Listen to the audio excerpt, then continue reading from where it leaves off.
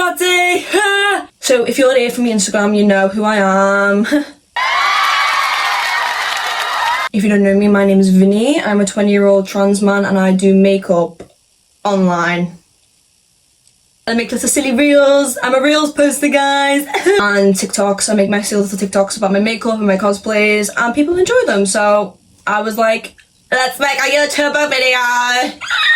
I asked on my Instagram what kind of makeup tutorials you guys want to see, and a highly requested video was my everyday makeup. And I was like, which one do you mean, babe? Because 50-50, I'm me, 50-50, I'm a doll.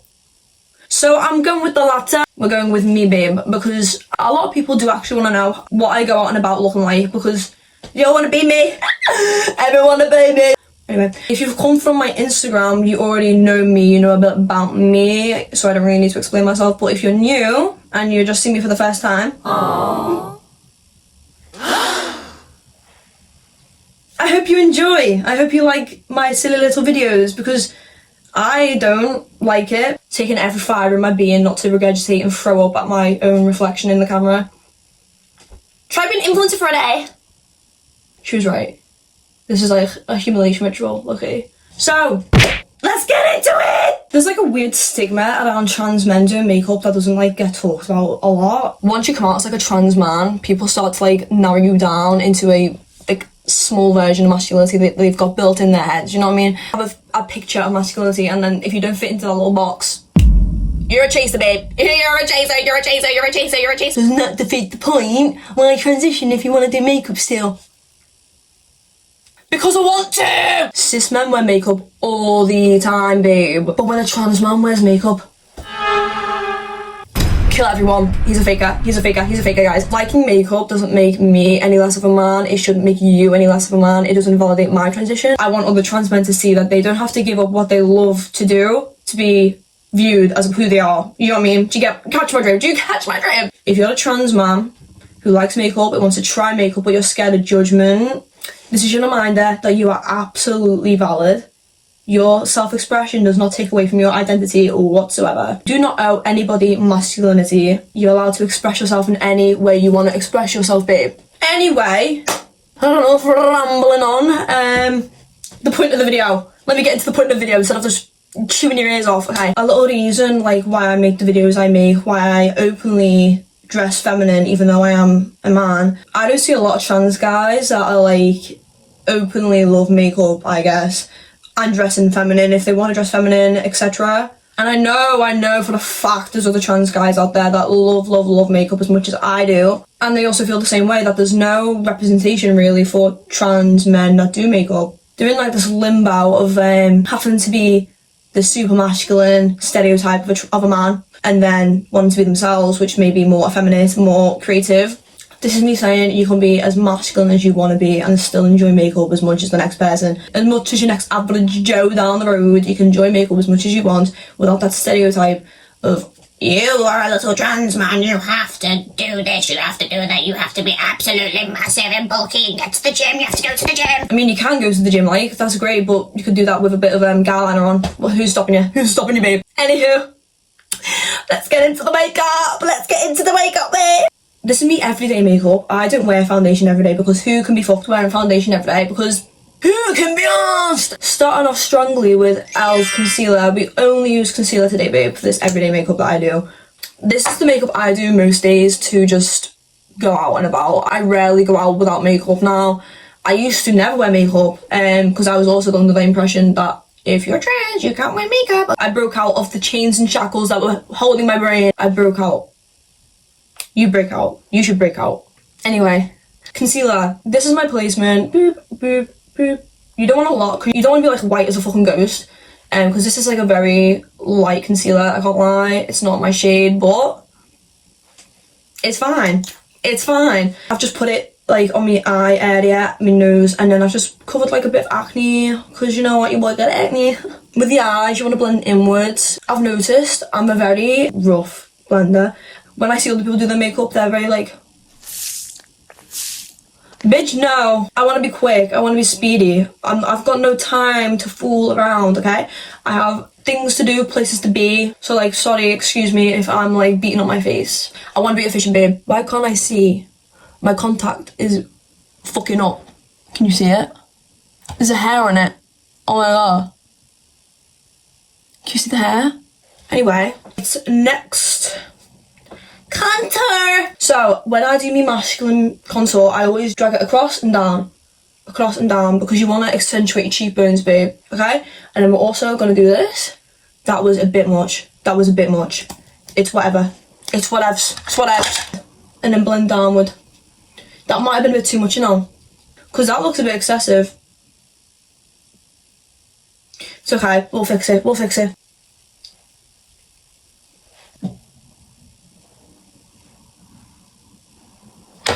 I've just like blended that a bit better because it looked a bit too much, a bit full on, dare I say. Anyway, back to contour. We're going to do your nose now, babe. Nose contour, I always do a bit of a broader. As you can see, if I'm doing feminine, I always go a bit slimmer, but that's just stereotypes, isn't it, baby? Then using our fingers, I don't know what this is. This, I don't know what that is. Well, we can ignore that. I'm using our fingers. We're gonna just blend downward, down, eventually come to a point, and then here we're gonna go upward. As you can see, make a little circle. This is just like a very simple nose contour that I just do. That's perfect. It was so quick, so easy. Just a little snatch of the nose onto the eyes, babe. My favorite part. This eyeliner is phenomenal, okay? I can go to raves for like 8+ hours and come out and this is still absolutely perfect. So if you need a good waterliner, highly recommend the Maybelline Tattoo Liner. So I started cosplaying, I would have been about 11, I'd say. I'll pull a picture of me on the screen right now. That's me when I first started cosplaying. My first ever cosplay. I was in year 7. You're 11 in year 7, so that's like grade middle school, I guess. Yeah, I think. Anyway, that was my first cosplay, my little shigaraki. Absolutely awful, as you can see. We all start somewhere, I guess.